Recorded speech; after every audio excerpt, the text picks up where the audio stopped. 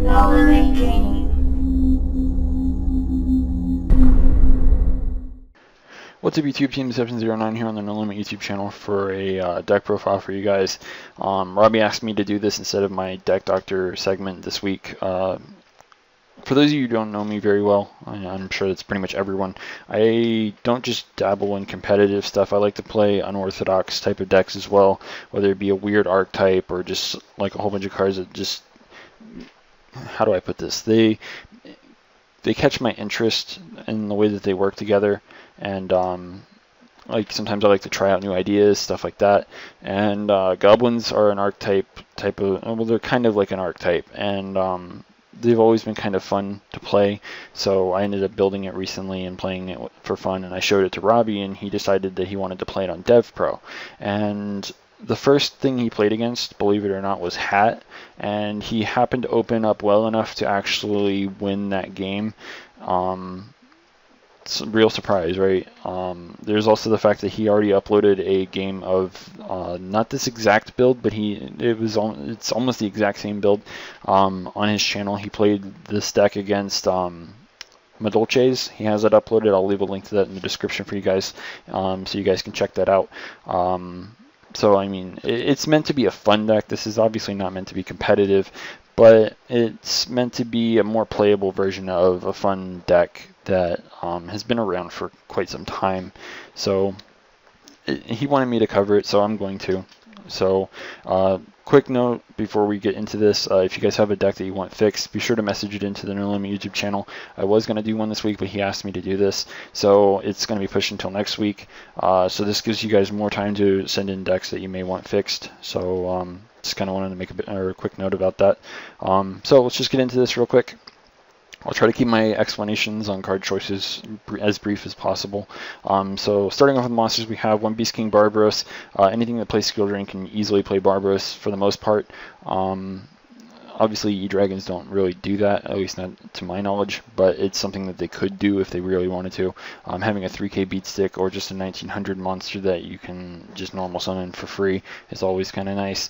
Honestly, I think that having only one copy is ideal here because you don't want to draw into multiples when you could have potentially bigger monsters, and you know, so having that one of is nice. Also, if I were to build a side deck for this, I'd probably be siding the one Thunder King, and if I needed it more than the Barbaros, I'd probably side it in over the Barbaros. It would make siding a little bit easier for me, at least if I decided to build a side deck and play this competitively for whatever reason.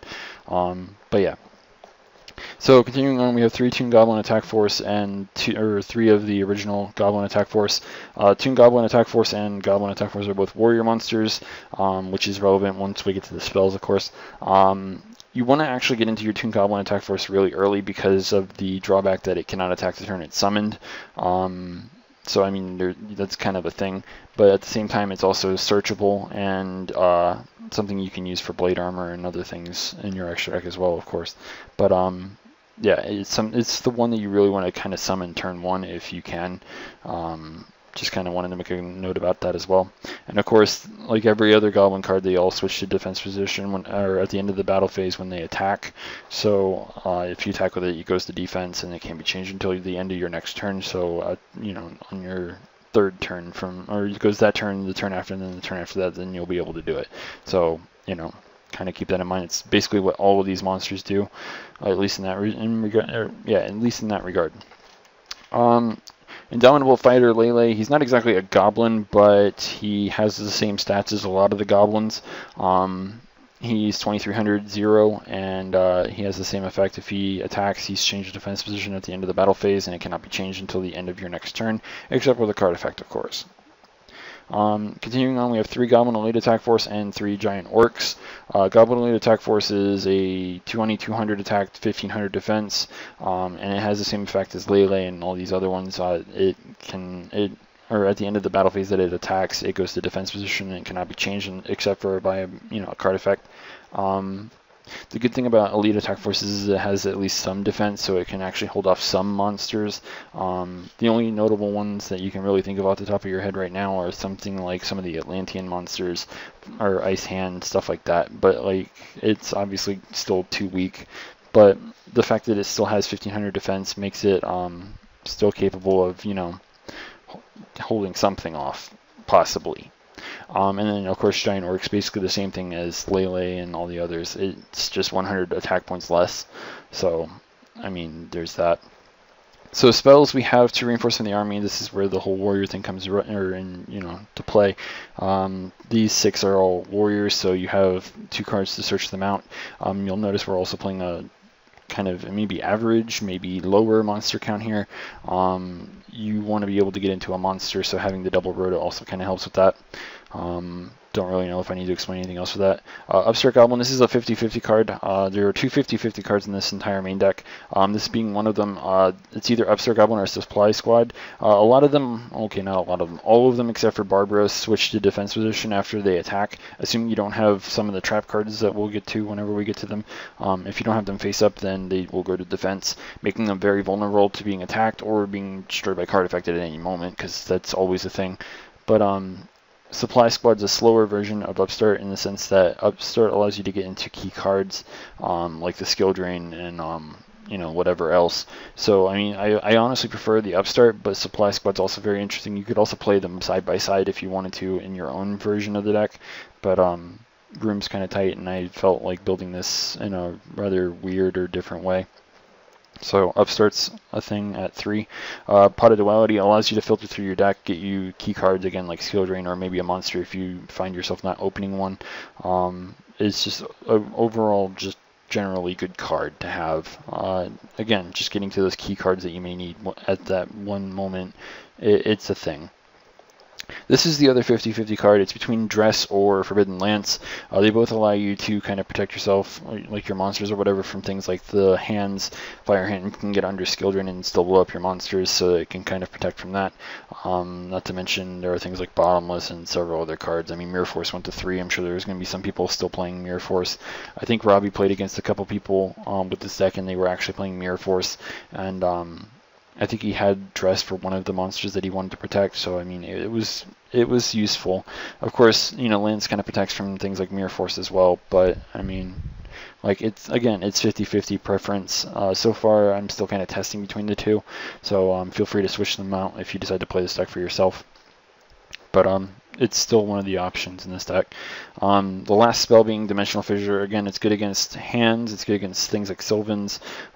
If for whatever reason hand traps would be a problem for your deck, then I mean it helps with those as well. So it kind of helps with a lot of just overall decent things. And not to mention you don't really care if any of your monsters get removed from play.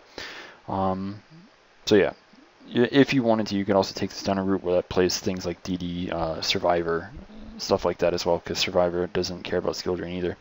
Anyways, moving on to the traps, we have 1 Bottomless. Don't really know if I need to explain that. Same goes for Torrential. 2 D Prisons. D Prisons are really good against hands as well as just any other major threat. Not to mention Stardust is still seeing play, so I mean you don't want to play Mirror Force and then have them summon Stardust and then be like, well, fuck, Compulsory, just an overall good chainable trap. Macrocosmos, kind of in the same boat as Dimensional Fissure, but this thing also works on the opponent's set artifacts. Like if they try to destroy their set artifacts, it'll take them out of play as well. Unlike with D-Fissure, where they're counted as spells when they go to the graveyard.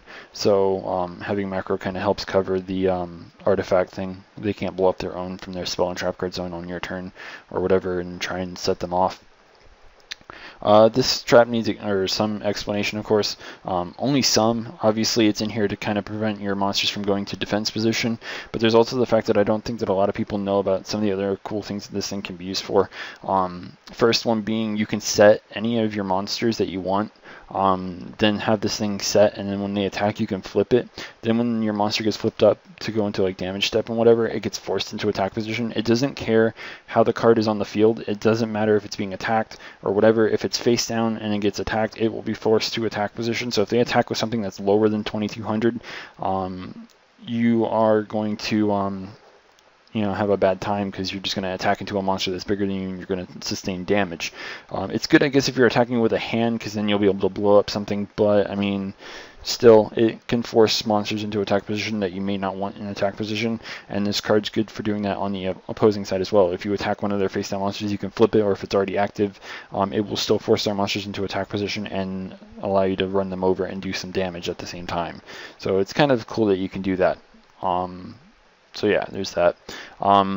Skill Drain, kind of one of the basically more important key cards of this deck.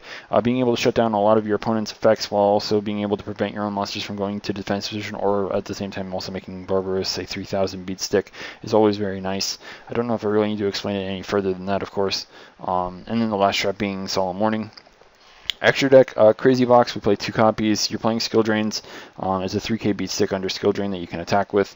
Otherwise, you can either draw a card, make your opponent discard one, negate the effects of any one face-up card on the field until the end of turn, or you can destroy a card on the field. If you're unlucky, you'll get either the 1 or 6 die roll, which either halves your life points or destroys itself.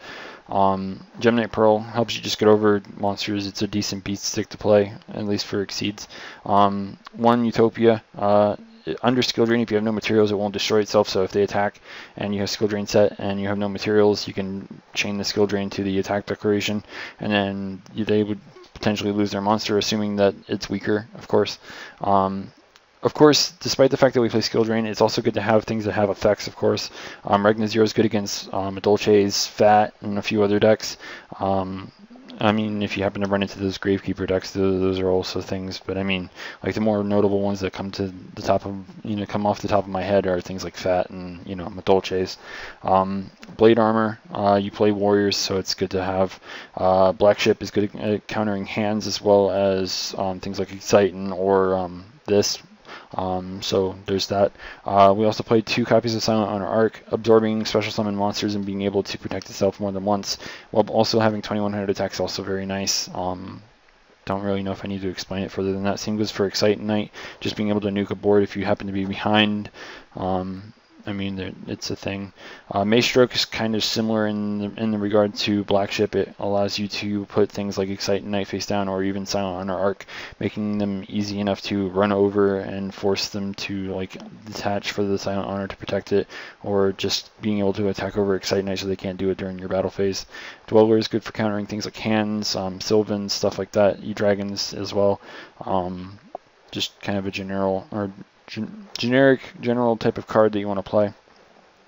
Cowboy, for those off chances that your opponent has 800 life points or less and you just want to push for whatever, or if you want to, you can use it to also get over a decently powerful monster as well.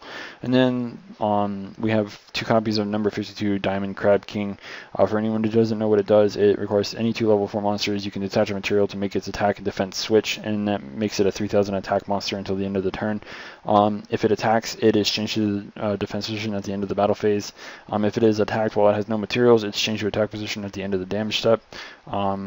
So you can Skill Drain to prevent it, or to prevent it from doing that. So I mean, that's kind of a thing. So I don't know if I really need to explain anything else. Excuse me. Like I said, I don't know if I really need to explain anything else. There are a few 50-50 card choices like this or Supply Squad or this and Forbidden Lance. So if you decide to play it for yourself, you're welcome to choose between the 2. So I mean, there's that. Again, keep in mind this is supposed to be kind of a fun deck. Nothing to be obviously competitive, of course, but it's just something. It's nice to play something fun every once in a while, instead of just boring old meta. At least that's the way I feel about playing things like this. So yeah, let me know what you guys think of the deck in the comment section below. Like I said, Deck Doctor will definitely return next week, most likely, unless for some reason Robbie decides to make me do another deck profile. So if you have a deck you want fixed, be sure to message it into the No Limit YouTube channel, and we'll try to get to it in the upcoming weeks. If you haven't already, don't forget to rate, comment, subscribe, and until next time, this is Team 709 signing out.